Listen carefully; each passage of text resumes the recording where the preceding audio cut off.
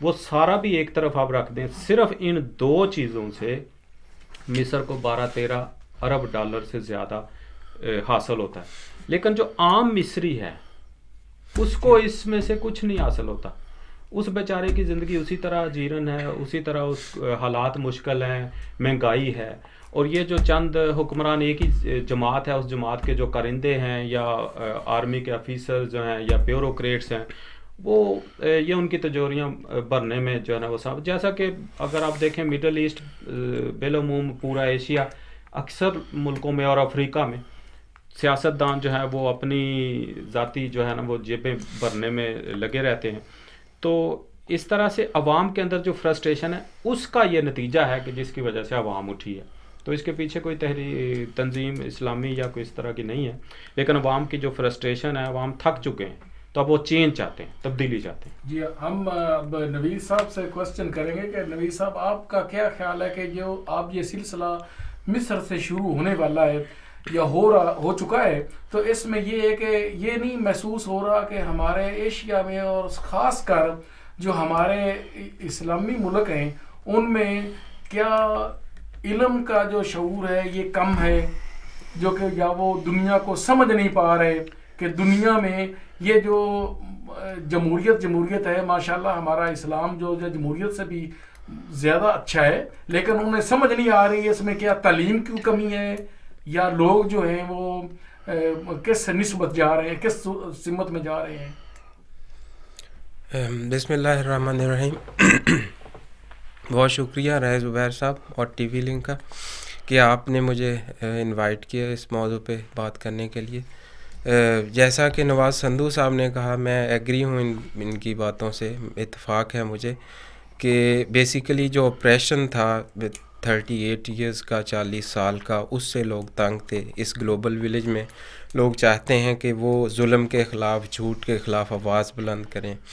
تو جب یہ موقع عربوں میں خاص کر کم میسر ہے لوگوں کو، تو وہاں پہ لوگ اظہار کرتے ہیں، اور اس کی ایک شکل یہ بن گئی کہ وہاں پہ لوگوں نے زیادہ تعداد میں باہر آ کے احتجاج کرنا شروع کر دیا، اور جو آج جس کا رزلٹ یہ ہے کہ ہزاروں لوگ جو ہیں وہ سڑکوں پہ ہیں. بیسیکلی میرا خیال ہے کہ لوگ جو سرمایہ دارانہ نظام ہے اور جو ان کے پروموٹرز ہیں ان سے تنگ ہیں.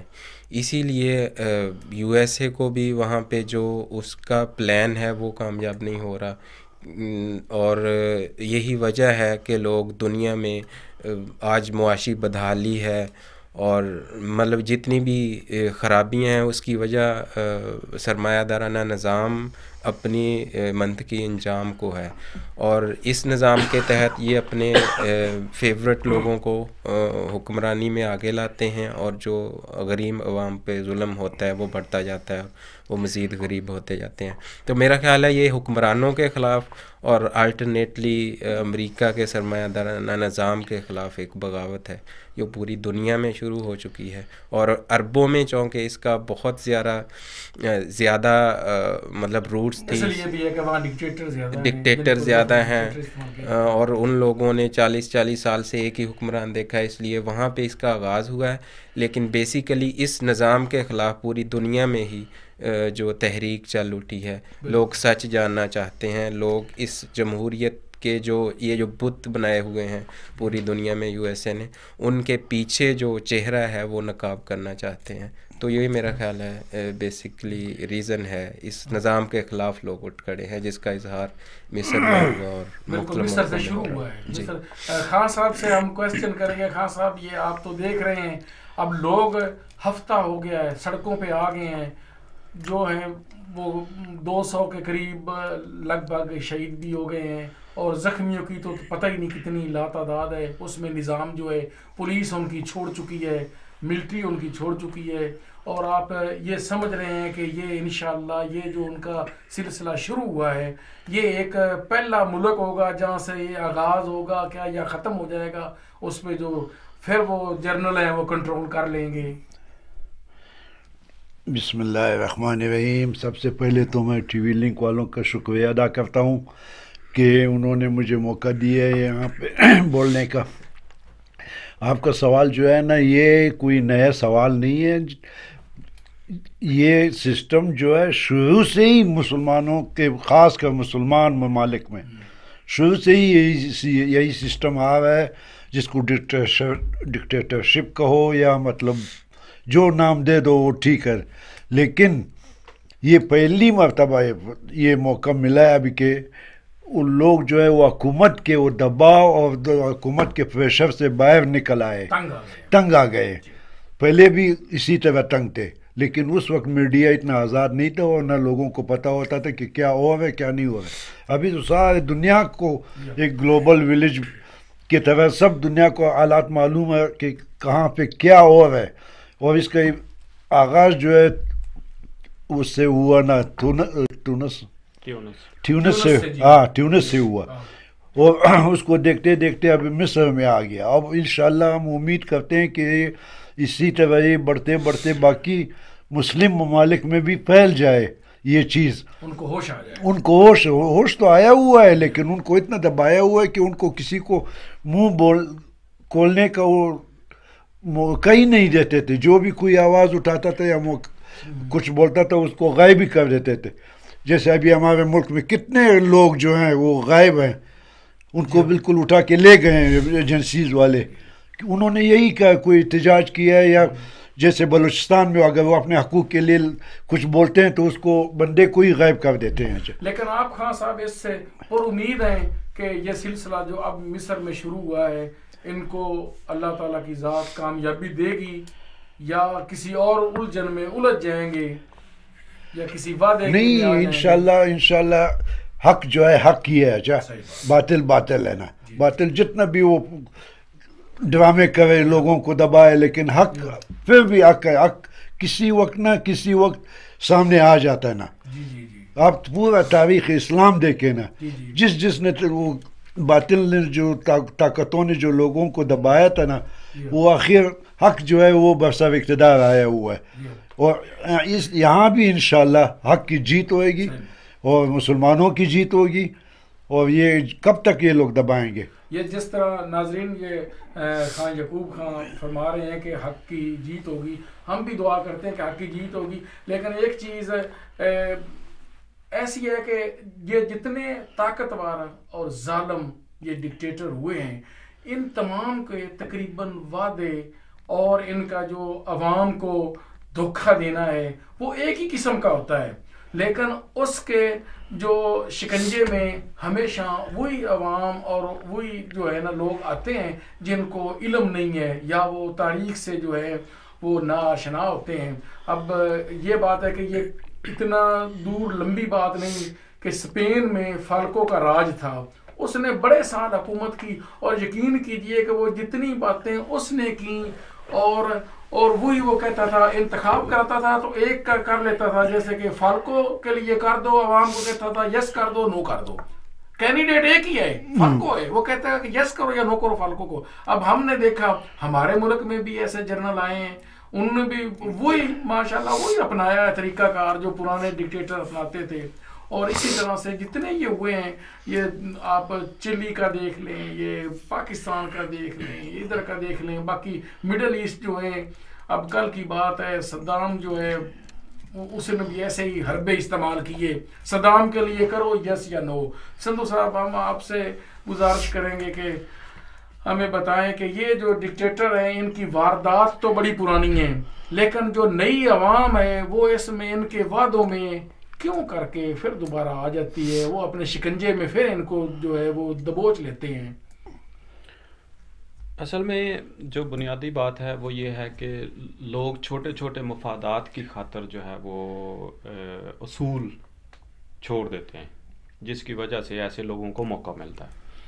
آپ کسی بھی ملک میں چلے جائیں، پاکستان کو دیکھ لیں آپ کے قریب میں، کہ لوگ پورا 5 سال جو ہے نا وہ تنقید کرتے رہتے ہیں، سارے سیاستدانوں کو برا کہتے رہتے ہیں، لیکن آخر میں کیا ہوگا کہ گاؤں کے گاؤں اور شہروں کے شہر جو ہے نا وہ دو حصوں میں تقسیم ہو جائیں گے. اگر کوئی شریف آدمی کھڑا ہو تو اس کو کہتے ہیں اس کو تو کوئی تھانے میں نہیں پوچھتا، اس کو تو کوئی وہ پڑھا لکھا بیچارہ اس کو وہ اعلانیہ کہتے ہیں آپ کو ووٹ نہیں دیں گے. جو اچکے لوگ ہیں ان کے ساتھ 2 گروہ ہو جاتے ہیں، ایک ادھر ایک ادھر. تو ایسے لوگوں کو موقع تو عوام خود دیتے ہیں. پہلی بات تو یہ کہ عوام کو اس شعور میں آنا چاہیے کہ غلط آدمی کو ووٹ نہ دیں اور غلط آدمی کو آگے نہ لائے. یہ تو پاکستان کی حد تک بات ہوگی. جو عرب ممالک ہیں وہاں تو وہ ووٹ شوٹ کے لیے پوچھتے ہی نہیں آپ کو. وہ جو پوچھتے بھی ہیں تو وہ ڈونگ ہے. یہ سارے جعلی. مصر میں پچھلے دونوں پارلیمنٹ کے الیکشن ہوئے جی جی لیکن اس میں عوام کو کوئی پتہ نہیں کہ وہ ووٹ ڈالنے کوئی گئے ہیں تھوڑے بہت جیسے بھی ان کا سسٹم ہے, لیکن وہ جو رزلٹ ہے, رزلٹ جو ہے وہ پہلے سے تیار شدہ. جی ہاں تو عوام کے وہ جائیں یا نہ جائیں وہ ایک برابر ہے. جی جی تو یہ تو مصر میں ایک سمجھ لیں کہ آنکھوں میں دھول جھونکنے والی بات ہے کہ چلو الیکشن ہوتے ہیں. اب باقی آپ دیکھ لیں یہ جو ملک باقی سعودیہ ہے یا باقی ملکوں میں عربوں میں کوئی الیکشن یا پارلیمنٹ تو وہ اس طرح کی ہے نہیں. تو زیادہ تر ممالک میں عوام کو تو وہاں پوچھتا کوئی نہیں ہے. ان مسلمان ملکوں میں مغرب میں جو لوگ جمہوریت پسند کرتے ہیں اور جمہوریت کے صبح شام اس کی تعریفیں کرتے ہیں وہ مسلمان ملکوں میں جمہوریت نہیں چاہتے. اس لیے اگر عراق میں جمہوری حکومت ہوتی, صدام ڈکٹیٹر نہ ہوتا اور کوئی پارلیمنٹ ہوتی, کوئی جمہوری حکومت ہوتی تو عراق تباہ نہ ہوتا, اس کے ساتھ جنگ نہیں ہوتی. جنگ اس وجہ سے ہوئی کہ وہ ڈکٹیٹر, تو ڈکٹیٹر جو ہے وہ اسلام دشمنوں کو ڈکٹیٹر سوٹ کرتے ہیں. وہ ایک بندے کے ساتھ ڈیلنگ کرنا آسان ہے کہ پوری پارلیمنٹ آپ کے ڈیسیژن کرے اور آج 5 سال بعد کوئی نئی حکومت ہے تو پھر مصیبت ہے کہ اس کے ساتھ ڈیل کریں. تو اس لیے سب سے پہلی بات یہ ہے کہ ان ملکوں میں جمہوریت, یہ اب بھی ہمیں سمجھنا چاہیے کہ یہ شاید اللہ تعالیٰ کی طرف سے کوئی اشارے ہیں, بار بار ہمیں وہ جگاتا ہے لیکن ہم اٹھتے نہیں ہیں. اگر آج تحریکیں عربوں میں اٹھی ہیں تو یہ بڑی خوشائند بات ہے. عربوں میں تمام کے تمام عربوں میں جمہوری حکومتیں ہونی چاہیے, ڈکٹیٹرشپ نہیں ہونی چاہیے. جمہوری حکومتیں ہوں گی تو جو لوگ اپنے لیے پسند کریں گے جس طرح کا نظام, وہ نظام ان کے لیے آئے گا تو پھر کوئی ان کو دبا نہیں سکے گا. کوئی آئے دن جو ہے ان کے ساتھ بات چیت کرے گا تو کوئی جمہوری طریقے سے بات کرے گا. یہ چوری چھپے یا سازشیں کر کے یا باہر مل کے ڈیلنگ کر کے. اب ہمارے ملک میں جو جمہوری تماشا بھی ہے لیکن وہ اصل جمہوریت تو نہیں ہے, لیکن اس کے اندر بھی پارٹیاں اور سیاستدان جو ہیں ان کے لنکس اور ادھر ادھر, تو یہ پورے یقین سے نہیں کہا جا سکتا کہ بھی وہ واقعتاً وہ ملک کے مفاد میں ہی سوچیں گے کہ ان کے باہر کے انٹرسٹ نہیں ہیں, ان کے پیسے, ان کے مفادات بیرون ملک. حتیٰ کہ ہم تو دیکھتے ہیں صبح شام کے بچے باہر پڑھ رہے ہیں, بچے باہری پرورش. اب مثلا زرداری صاحب کا بیٹا ہے وہ پرورش پار ہے. وہ اس دن آئے گا جس دن الیکشن ہوگا اور جس دن انہوں نے اس کو وزیر اعظم بنوانے کے بندوبست کرنا ہے وہ اس دن پاکستان آئے گا اور عوام بیوقوف ہے. وہ عوام بیوقوف ہوگی اور میں سمجھتا ہوں کہ وہ کسی وہ انسانیت کیا ان لوگوں میں ہوگی کہ جو بس آتے ہی قبول کریں اور غلامی کے لیے ایک نئے آقا کو اپنے سر پہ بٹھا لیں, بجائے کہ اپنے مسائل کا خود حل کریں اور اپنے میں سے کوئی لیڈر چنیں. باہر سے ایک لیڈر آئے گا اور اس کو سر پہ بٹھا لیں گے. یہ تماشے بند ہونے چاہیے ان اسلامی ملکوں میں, پورے ایشیا میں, اور جمہوری طریقے سے لوگوں کو اپنی آواز اور اپنے میں سے لیڈر چن کے آگے لانے چاہیے. یہ ناظرین جس طرح نواز سندھ صاحب فرما رہے تھے کہ جو ہے صحیح جمہوریت کے طریقے سے اور جو اس کا اہل ہو اس کو آنا چاہیے. اب ہمیں یہ محسوس ہو رہا ہے کہ یہ جو مصر میں یہ چیز شروع ہوئی ہے یہ اسی لیے شروع ہوئی ہے کہ جو حسنی مبارک صاحب ہیں انہوں نے اپنے بیٹے کو صدارت کے لیے نامزد کر دیا تھا کہ یہ میرے بعد صدر ہوں گے. یا اب پتہ نہیں اگر یہ ان کا جو یہ کاروائی اب فیل ہو جاتی ہے عوام کی تو ہو سکتا ہے صدر ایک دفعہ وہی ہو. لیکن ہم یہ پوچھتے ہیں نوید صاحب سے کہ اصل میں بات یہ ہے نوید صاحب کہ یہ جو یورپین ہیں یہ تو کہتے ہیں کہ وہاں جمہوریت آنی چاہیے مسلم کنٹری میں, خاص کر ہم مسلم کنٹری کی بات کریں گے کہ اسلام جو ہے وہ خود ایک بڑی جمہوریت ہے, وہ جمہوریت سے بھی کئی ڈگری اوپر ہے. لیکن اس کا مطلب یہ ہوا کہ جو صحیح ہمارے مسلمان ملک ہیں ان میں اسلام بھی نہیں ہے. آپ کا کیا خیال ہے نوید صاحب؟ یہ اسلام تو ایک علم ہے نا, جی تو علم کے جب آپ عروج پہ پہنچ جائیں تو آپ مسلمان بنتے ہیں. بالکل آپ نے رائے صاحب آپ نے صحیح کہا کہ اسلام جو ہے وہ بہترین جمہوریت کا حامل ہے, اور اسلام کی تاریخ میں آپ ابتدائی تاریخ میں دیکھیں تو جمہوریت کے تحت ہی سارے فیصلے ہوئے. لیکن بدقسمتی سے جو آج جمہوریت ہے وہ جمہوریت ہے نہیں. یہ لوگ میرا نہیں خیال کہ مغرب والے جو ہیں وہ جمہوریت چاہتے ہیں ہمارے ملکوں کے لیے.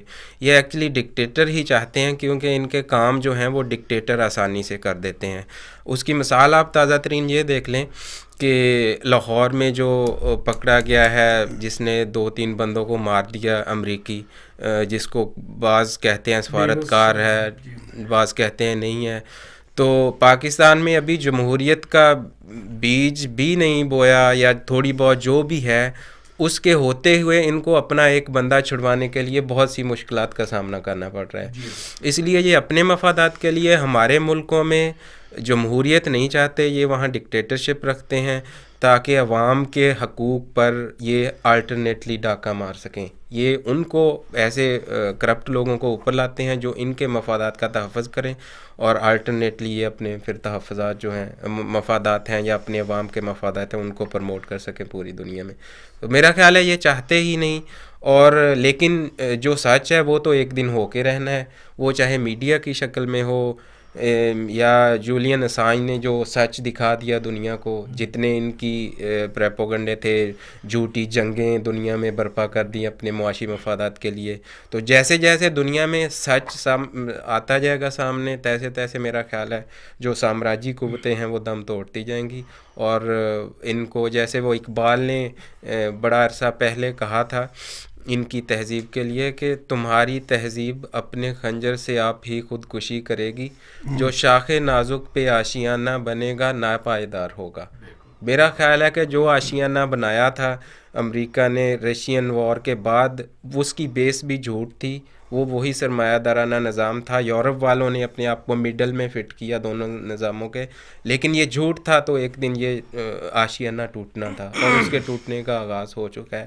تو ہمارے ملکوں کو چاہیے کہ ہم, بالکل آپ نے صحیح کہا کہ اسلام جو ہے وہ ایک بہترین جمہوریت دیتا ہے, یہاں ہر بچے کا حقوق کے تحفظات کیے جاتے ہیں, بجائے اس کے کہ ہم مغرب زدہ جمہوریت کے پیچھے بھاگیں. ہم اپنی اسلامی ثقافت اور تاریخ سے اپنی جمہوریت لے کے دنیا کو ایک نئے نظام کی طرف گامزن کریں. بے شک جس طرح فرما رہے ہیں ناظرین, ہم نے محسوس کیا اب پچھلے سالوں میں کہ میڈیا جو ہے وہ مسلم کنٹری میں کافی حد تک آزاد ہے, کیونکہ اس کے ہم پاکستانی ہیں, ہم پاکستان میں دیکھ رہے ہیں کہ جس طرح جیو ARY جو نیوز دیتا ہے اور گھر گھر جاتا ہے, بلکہ ہر جگہ پہ وہ ہے موجود ہیں. لیکن بات یہ ہے کہ اب ہم دیکھ رہے ہیں کہ جو مصر میں چیز ہو رہی ہے, ویسٹرن میڈیا اس سے اتنا خوش نہیں ہے, انہوں نے اتنی ان کی پذیرائی نہیں کی اور ان کا اتنا کوریج بھی ان کی کم کی ہے. تو ہم محسوس کر سکتے ہیں کہ مستقبل میں ہمارا مسلم کنٹری کا میڈیا جو ہے وہ خود ان کی جگہ لے اور یہ چیزیں جو ہیں وہ عوام میں اور ان میں شعور جو ہے اجاگر کرے. بے شک میڈیا جو ہے وہ ایک بہت بڑا ہتھیار ہے کہ لوگوں کو باشعور کرنے کا. ایسا میں یہاں پر ایک بات آپ کی اضافہ کرنا چاہوں کہ یہ جو میڈیا کی آپ نے بات کی, کوریج کی, جو پاکستانی لاہور میں امریکن نے 3 پاکستانی جس کے نتیجے میں 2 کو ڈائریکٹ گولی لگی اور ایک گاڑی کے نیچے آ گیا. آپ صرف اتنا امیجن کریں کہ لندن میں یا کوپن ہیگن میں یا نیو یارک میں جی ایک پاکستانی سفارت خانے میں کام کرنے والا کوئی شخص گاڑی چلاتے ہوئے جی سڑک پر جاتا اور 2 امریکن کو یا 2 ڈینش کو یا 2 برٹش کو گولی مار دیتا اور ایک گاڑی کے نیچے آ جاتا. تو آپ ذرا اندازہ کریں کہ CNN, BBC اور پورے یورپ کے جو میڈیا ہیں وہ کتنی کوریج دیتا, اور 24 گھنٹے وہ کون شخص ہے, اس کے گھر والے کہاں رہتے ہیں, وہ کیا کرتا ہے, کہاں مارے گئے, کیا ہوا, مرنے والے کون تھے, سٹوریاں, اخبارات, میڈیا. یورپ اور ویسٹ کا میڈیا کس طرح اس بات کو اچھالتا. واقعہ ایک ہی ہے, مرنے والے انسان اتنے ہی ہیں, 3. مارنے والے کے رول آپ بدل کے دیکھیں کہ مرنے والے امریکن ہوتے اور مارنے والا پاکستانی ہوتا, تو پھر یہ میڈیا کیسے کوریج دیتا. اب آپ دیکھیں کہ وہ جو واقعہ ہو چکا ہے, تو سوچنے کی بات یہ ہے کہ کیا وہ انسان نہیں ہے.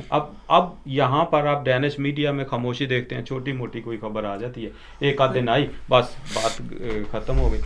تو اس میں یہ ہے کہ اسم صاحب یہ بالکل جیسا آپ نے فرمایا یہ حقیقت ہے کہ انہوں نے کوئی خاص کوریج نہیں دی، اور یہ مصر کے بارے بھی اتنی صحیح جو ہے عوام کو کوریج نہیں دکھا رہے مصریوں کے بارے، وہ بڑی قربانیاں دے رہے ہیں، ٹیونس میں بڑا کچھ ہوا لیکن بس چھوٹی موٹی خبر ایک دن دے دی انہوں نے. لیکن دوسری بات یہ ہے کہ ہم اس سے حالانکہ یہ جمہوری لوگ جمہوری لوگوں کو جمہوریت کی عوام کی آواز کو اٹھانا چاہیے. جی جی.